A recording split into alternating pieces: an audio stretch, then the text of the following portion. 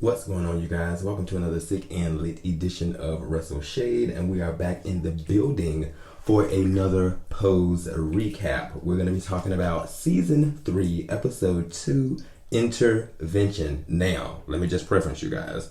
I know majority of you guys out there have probably already seen this episode, so I'm hoping this is not like a spoiler for you guys, but if it is, I'm sorry, spoiler alert. We're going to be talking about this episode. I'm not going to go into the recap in detail because the first episode just took me through it, and that recap was damn near 40 minutes, okay? And these episodes are like an hour plus long, and I'm here for it, okay? I'm not complaining, but the recaps will be a bit longer, and with the bandwidth and the upload time and all of this and all of that, it was a lot of frustration trying to get that first video up. So I'm going to try to keep these fairly light, no shade, no tea. So I'm going to be bouncing around here. Sorry, let me just apologize again, because this episode clearly took everybody through it, but this episode took me through it, honey. I didn't know whether if I was coming or fucking going with all the stuff that was going on. It's like, anywho, there was a lot of gaggers in this episode, a lot of shade in this episode, a lot of old school shade, hashtag pray tell, in this episode. But we have Nurse Judy and Pray Tell get into it at the funeral, at Corey's funeral, mind you, one of Pray Tell's ex-lovers from, I'm guessing, back in the day.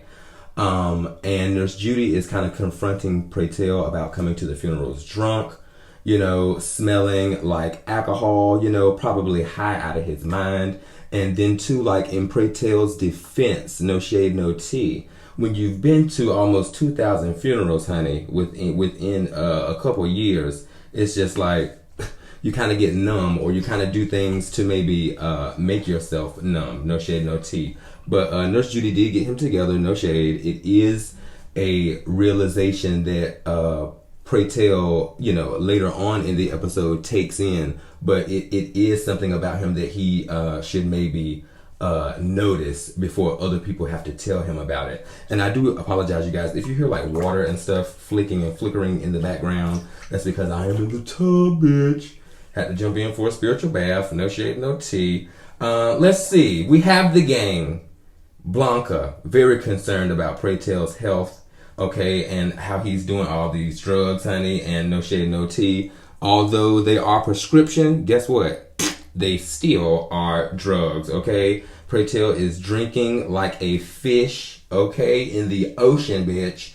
And Blanca's concerned. She's telling Pray Tell about, his actions when he gets around the group, as this too was kind of expressed in episode 1, no shade, no tea. But the gang has a rooftop intervention, honey, with Mrs. Lisa for the health crisis and alcoholism prevention program, whatever they had back in 94, honey. But this was really, really cool, though. Just throwing a little gag in there. I like how everybody is still off kind of doing their own thing. Nobody's really walking balls all that much, but the family aspect of the gang is still here, and it's still very much together. From what we can see for right now. And they're concerned about Pray Tell, and they want to do an intervention. And so Lisa suggests that, of course, they do some role playing, but within that role playing, maybe get the group together, and individually you guys can write Pray Tell a letter telling him how you feel about the situation, want to express to him how you really feel, and how this whole alcohol and drugs thing is, deteriorating the relationships with everybody in the group. Because it's really, really key here. Everybody has their own particular thing that they like about Pray Tell, or they have their own particular special way about how Pray Tell personally came into their lives. I'm talking all the way from Damon all the way down to Ricky.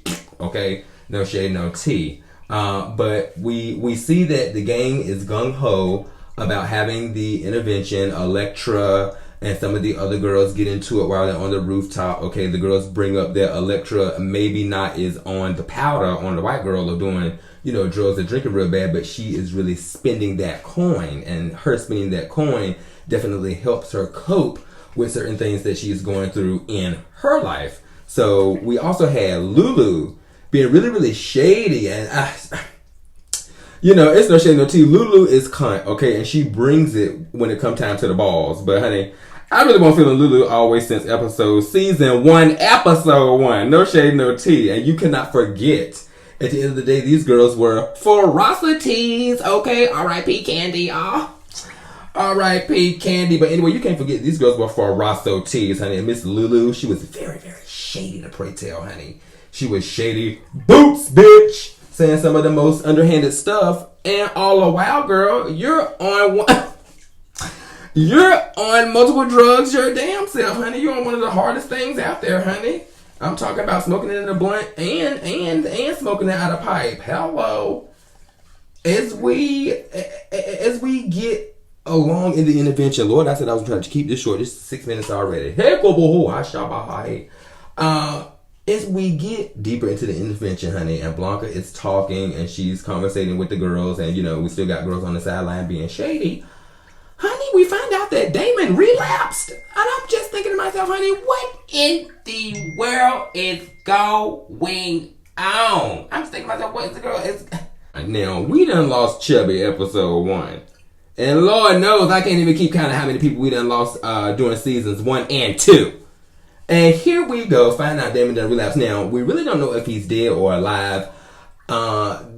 In this storyline, they're saying that he ran off with a cousin back down south, somewhere like that, and he relapsed, going back, I guess, and encountering some things from the past. Maybe he was still kind of upset about Ricky, or maybe, Janet Jackson and Madonna and the girls weren't calling him. He didn't, get no callbacks and all of that. They really didn't get into that, which I'm hoping they do. Sidebar, if they don't kill him off, okay, no shade, no tea, even though the season is ending, they could bring him back. But the shade and the real tea that's going around online, and I haven't seen any of these reports, so if you guys do have the actual report, and or the news article, definitely hit me up, send it to me. But the people, the community, the fans, are saying that Damon's sister in real life was killed. I'm guessing she was murdered, from what all the people are saying. And so condolences there. That is definitely serious. And I can see why one would want to take a break, honey, from the show, honey. Family member get killed, in such a way. It's just like, it's just really, really like traumatizing. So we find out that Damon has relapsed and moved with a cousin. I can't even take it. And how we found out, it's just like, honey, was Blanca going to even tell us, honey? Okay, if we didn't go to this intervention today and we were just going to get ready to go to another ball, was she going to sit us all down and tell us that Damon was gone? I don't know, honey. But it's just coincidence how everything just came out. They're at a intervention meeting to get ready to do for Pray Tell, and then boom, find out about Damon. I can't even take it. But anyway, you got to show me love. I love the music. The soundtracks are off the chain. Like in episode 1, they were playing Brandy. Or was it this episode? Ciao. I done looked at both episodes back to back and then watched them twice back to back again, honey. I'm probably bumping episodes into each other. But don't you mind me, honey. Stick around for this damn recap. Hello? As the mother in charge, honey, is whipping the girls into shape. Oh, that's right. See, I told you I was going to be bouncing around. Okay, so they look, this video right here actually maybe just be about the damn intervention, and that's it itself, honey. We can talk about the intervention for 20 minutes, ain't it? Okay, look. So as we're at the intervention, let me back up a little bit here because I can't forget like one of the most important parts. The girls figure out that they are going to take Pray Tell to a rehab campus, so to speak, so he can get the help that he needs. He is going to get rehabbed, so to speak. And so the girls are trying to find out how they're going to get the money to actually be able to pay for what Pray Tell needs. Long story short, Electra and Blanca come up with the idea of walking a ball and winning all the cash prizes. Of course, they would have to, for this to go off without a hitch, And so they are thinking that the category winnings, the ball winnings, will go toward Pray Tell's bill, Pray Tell's rehab. And so it's a really cute gesture. That's what friends are for. Keep smiling, keep shining, honey. Get his ass on into rehab so he can be a better Pray Tell for us for episodes 4, 5, 6, and 7. Ain't it? Electra then now is whipping the girls into shape. No shade, no tea. She's working with Ricky with his Vogue. She's working with Lulu, even though Lulu has been chopped before she even hit the ballroom floor because she's cracked out of her mind. Mother Electra pulled her to the side and told her to just take a break, honey. We're going to let Pray Tell do this. Pray Tell. Jack. Yes, Jack. It's for the children, Pray Tell. It's for the children, girl. Anyway, look. So, you guys, at this point in the episode, we're kind of going back and forth in between scenes where we're seeing Electra work with some of the other house members. But a clip, a moment, a stamp in time for this episode, for this entirety of this show, the entire 3 seasons, honey. This moment will be stamped in time, and bitch, it will be engraved, and bitch, okay, it will just be carved in my brain forever. Lulu and Angel are at the house. Mind you, they have a really, really fab, Angel and Poppy have a really, really fab place. I think it's like a loft or some type of studio something, honey. But Angel and Lulu are at the house. And they're upstairs or wherever in Angel's room, literally doing the drugs, honey.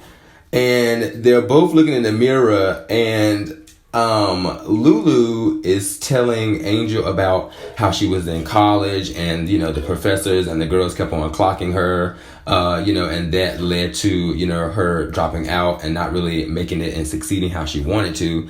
And Angel was trying to tell her, girl, that probably won't even the case. It could have been something totally different. You really didn't investigate that tea. And so the girls are going back and forth, joking each other, throwing like little jabs or whatever. And Lulu did call Angel ashy. She did call Angel ashy, but there was a moment where the girls just stopped and looked in the mirror, and and Angel asked Lulu. Angel was like, "You think anybody knows what we up to?" And Lulu was like, "What do you mean? That we on the rock?"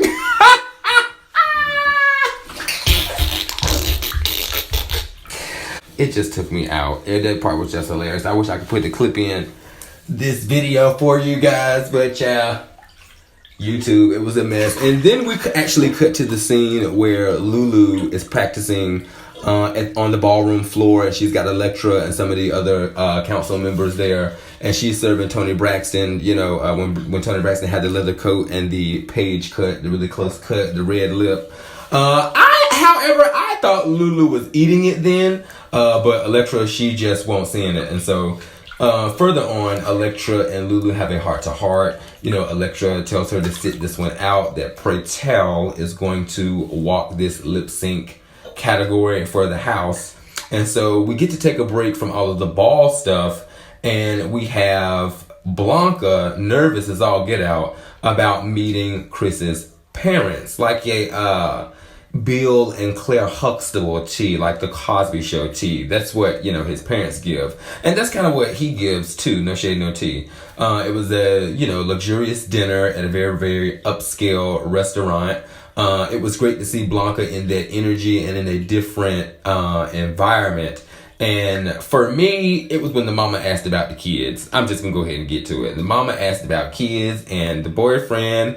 I mean, it was a sweet gesture about, oh, Blanca, she's already a mother. She has kids. And I mean, no shade. Happy Mother's Day. No shade, no tea to all the mothers out there. Whether, you biologically had kids, or you foster them, or you playing the role of the mother or the nurturer. No shade, no tea. But the mama tried it. The mama said something slick about kids. The boyfriend tried to take up for the situation, And I think that's when things kind of took a turn for the worse. You could read it all over her face. She was expecting so much more.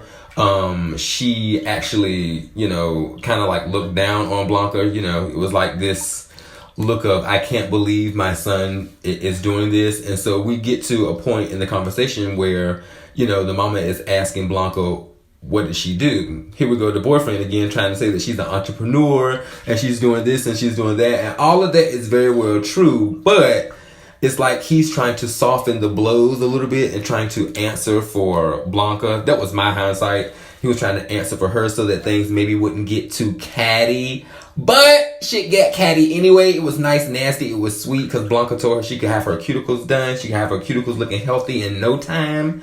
Because the mama kept on prying and kept on picking about what was going on. Okay. It's a nail technician out on a nail salon, have owned one. And now I'm thinking about being a nurse, bitch. What's up? Everybody can't be Claire Huxtable, honey, nor do everybody want to be. But anyway, I just felt like the mama should have just been real and said really what was on her mind instead of play around, beat around the bush, and then do all that extra shady shit. And mind you, too, Blanca had already had a feeling that this was going to happen before she even went to the dinner. So it just says a lot about mother's intuition.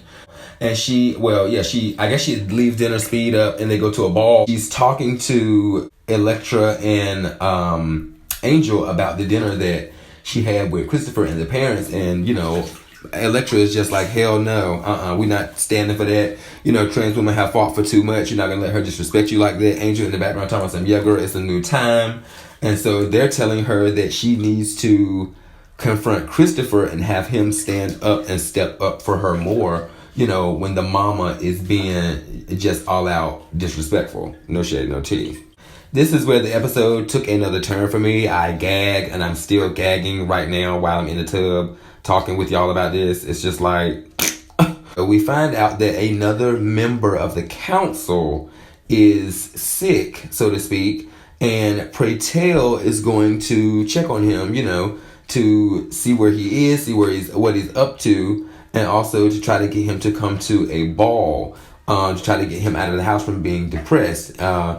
We cut to a small scene where we can see that there was a lot of pills, a lot of prescriptions and stuff like that, prescription medicines, drugs, let me get a technical term, prescription drugs on the counter.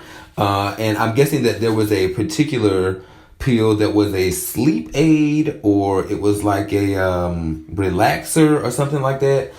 Anyway, if you took too many of them, you could overdose. And I guess that's what Pray Tell was thinking, because he asked Castell about the pills, and Castell gave him the whole spiel about how he's thought about taking his life, but if he were to do it, he would do it in a certain way. He would go get a lavish hotel, whether it be the Ritz-Carlton or the W, or I don't know, something, and he would overdose and take the pills in the hotel room. And so, honestly, I'm glad that he mentioned that within the episode, because it puts a lot together by the time that we get to the end of the episode. So, Pray Tell takes a pill, Castiel takes a pill, and they're getting together, getting ready to go to the ball. And so, we get to the ball. The girls are at the bar, and the girls are getting drinks. And me, I'm just sitting here watching, and I'm just thinking to myself, okay, honey, they just took these pills. I hope these bitches is getting water, or either like a little lightweight soda, bitch, or body armor, or Gatorade. What is going on? No, they got drinks. And honestly, while Pray Tell left Castiel at the bar to go get ready for his category, bitch, Castiel kept on fucking drinking, bitch. And who knows how many pills he had already had in his system to begin with before Pray Tell even got there. Okay, no shade, no tea. But Pray Tell is getting ready for the category, and we got Candy Sweet Refrain, okay, and Lamar, he come out, Janet Jackson, some type of black and white stripe get up. He was giving us Mason all day long, child. Then we had Pray Tell come out doing In Vogue, so you're never gonna get it. Charge it to my throat and not my vocals, bitch.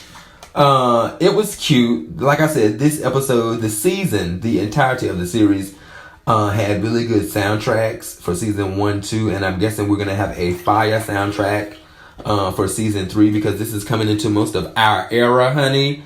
In Vogue, 1994, the 30-year-olds, the 35-year-olds, 36, 37-year-olds. This, here now. It's a lot of our vibe, and so I think that is something to be excited about with the episode. But yes, back to Castiel, honey.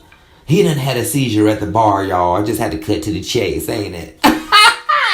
Okay, it's not funny. I'm just saying, I'm laughing at me. Okay, anyway. Castiel has a seizure at the bar. Everybody crowds around. Oh, yes, you know what?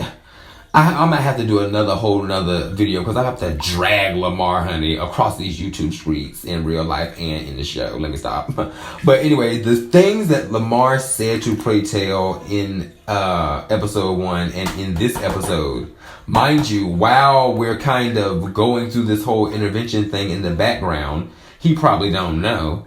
But the shit that he said to Pray Tell, I don't know verbatim. I'm not even going to try for y'all. But if you go back and look at the episode, Lamar says some really slick and nasty shit to Pray Tell as his friend, had just had a seizure right there in front of everybody. And I thought, too, that Lamar's whack ass would have had a little bit of empathy, and just a little bit of common decency because one of his best friends just died the fucking episode before. I thought that Lamar would have had it together, but bitch, he didn't, okay? And he don't know if he can be so lucky by episode 7 to escape the damn bug as many people they got on this damn show going away left and right from here. He don't even know if he's gonna escape the bug, Father Khan. But anywho, Castiel had a seizure. The EMS get there, they help him. I didn't know if we was in the days of COVID, honey, or if we was in the days of HIV, of pandemic. They're kind of mushing things together. They didn't want Pray Tell to get in the ambulance car with his friend because the girls back then was thinking that you could get HIV through the damn air, like COVID-19. And it was just kind of late because it did kind of tie stuff into today's time a little bit with what's going on. You have Pray Tell literally seeing his friend fall out, having a seizure, and you got Lamar talking shit. You got the EMS acting crazy. Then you got Blanca coming up, talking about something, come on, it's one more category. She talking about something, come on, it's one more category. We can do this. This is what Castiel will want us to do. This is what Lamar will want us to do. I mean, this is what Chubby will want us to do. And I'm just like, honey, one of his best friends, somebody from the council, just had a seizure, bitch. I'm going to the hospital. This ball could possibly wait, honey. Okay?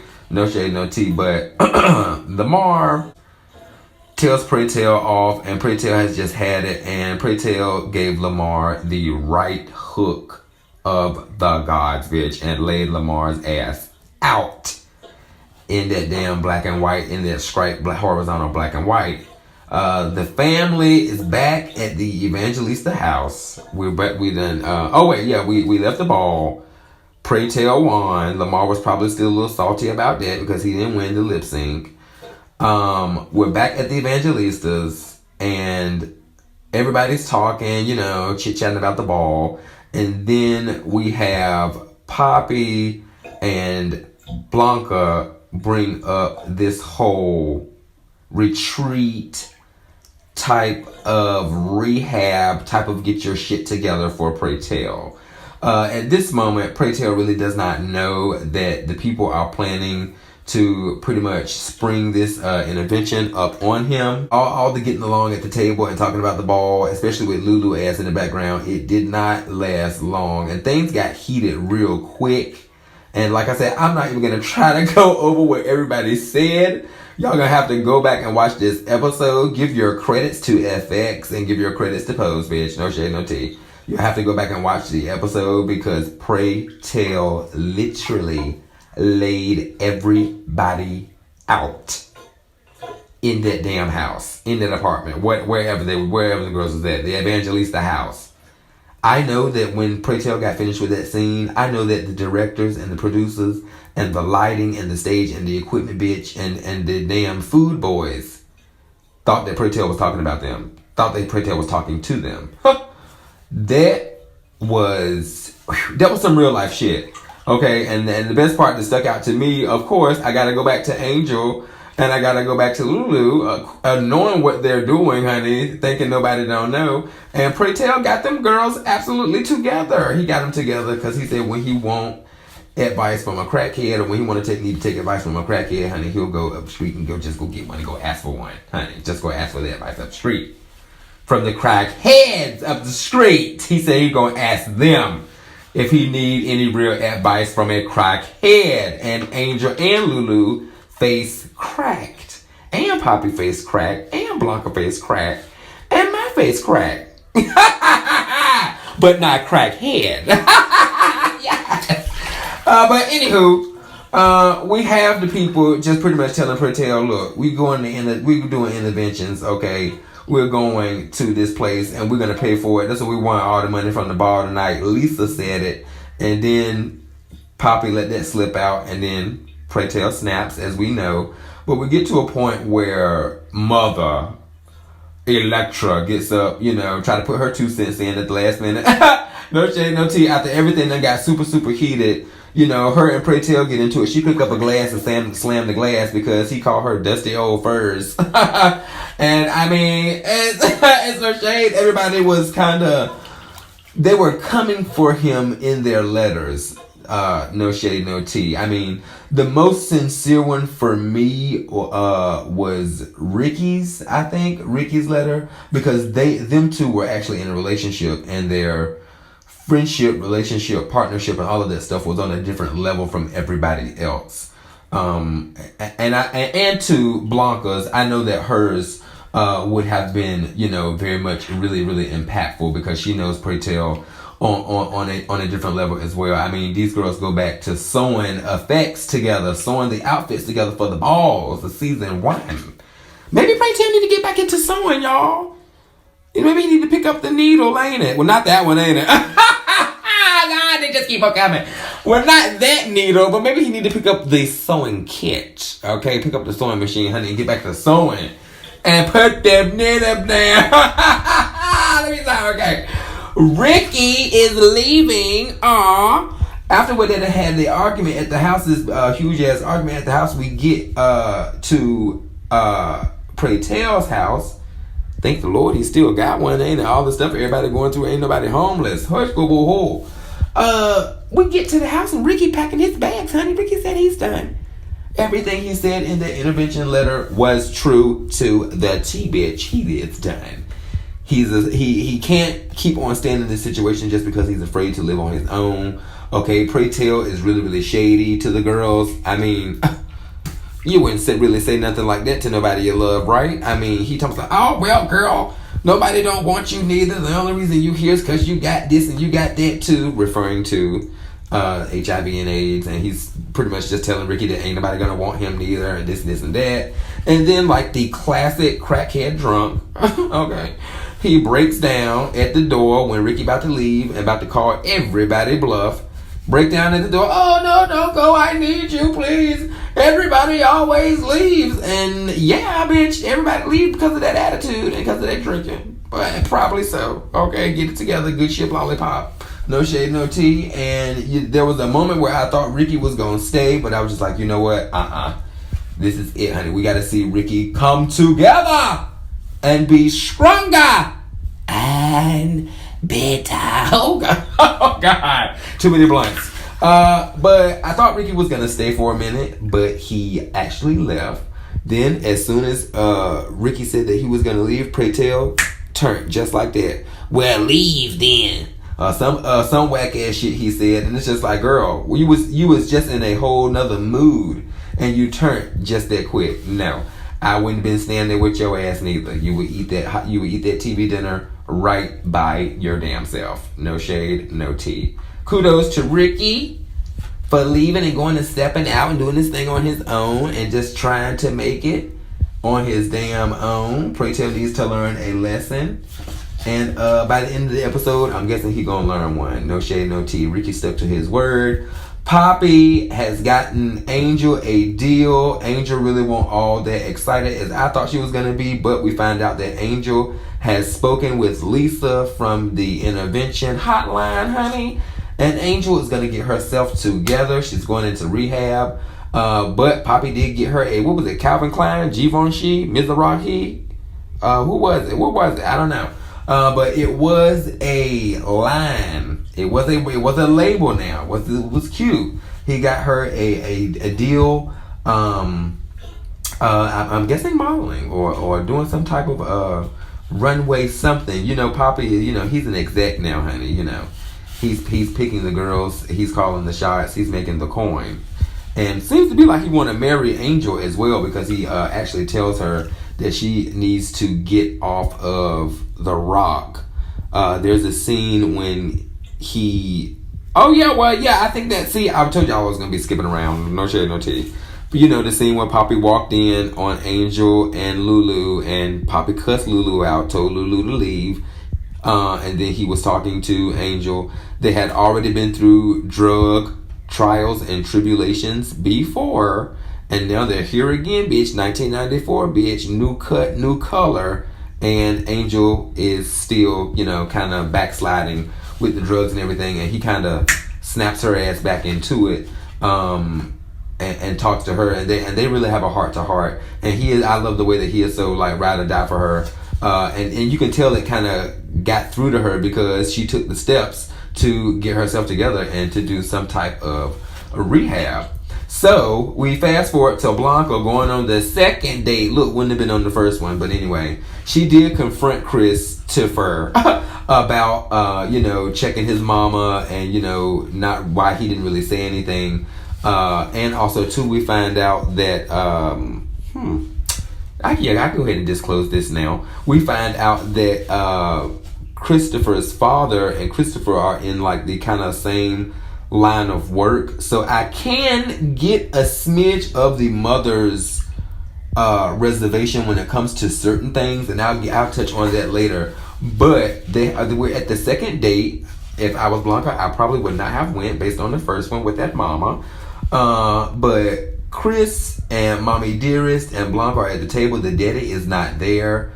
The mama is being super shady, asking Blanca about her language, asking her why her mama ain't make her take no second language or whatever. And Blanca was like, honey, we want to learn English. We learn English, we learn Spanish, okay? That's what we learn, honey. You want to go over here and learn how to do pig Latin, Cambodian, speak French, and give it Australian twang. You can do that if you want to, honey, but we didn't have to do all of that in the household that I grew up in. And it's just like, when is this guy going to step in and put his mama in check? And I was about 5 seconds away from exploding, and then it was just like he took the initiative to check his mama, put his mama in place, and pretty much just let her know, hey, this is my girl. If you can't deal with it, then that's your problem. This is the choice that I've made. You know, if dad got any problems, tell dad to call me. He knows where I stand, blah, blah, blah, blah, blah. And I mean, I kind of maybe wish it could have happened sooner, but I am glad it happened.